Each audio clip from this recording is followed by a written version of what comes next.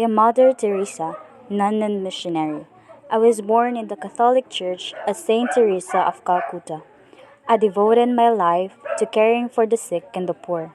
I was born on August 26, 1910, in Skopje, the current capital of the Republic of Macedonia.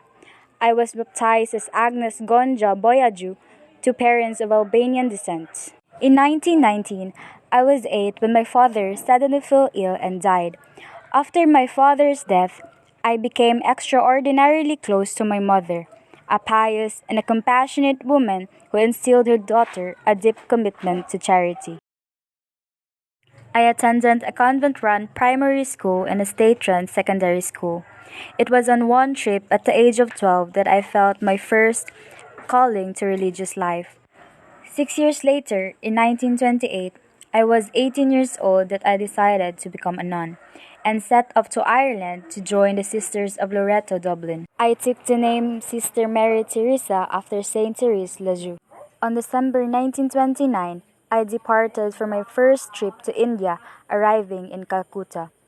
After making my first profession of vows on May 1931, I was assigned to a community in Calcutta and taught at St. Mary's High School for Girls, a school run by the Loreto Sisters. On May 24, 1937, I took my final profession of vows to a life of poverty, chastity, and obedience, becoming the spouse of Jesus for all eternity. From that time on, I was called Mother Teresa. I continued teaching at St. Mary's, and in 1944, I became the school principal.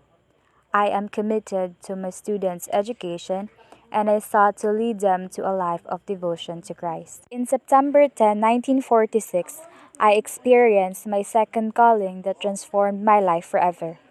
Jesus asked me to establish a religious community, missionaries of charity dedicated to the poorest of poor.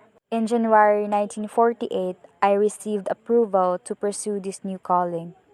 Wearing the blue and white sari, I passed through the gate of my beloved Loreto convent to enter the world of the poor. I returned to Calcutta and went to the slums to aid the unwanted, the unloved, and the uncared for. After some months, I was joined one by my former students.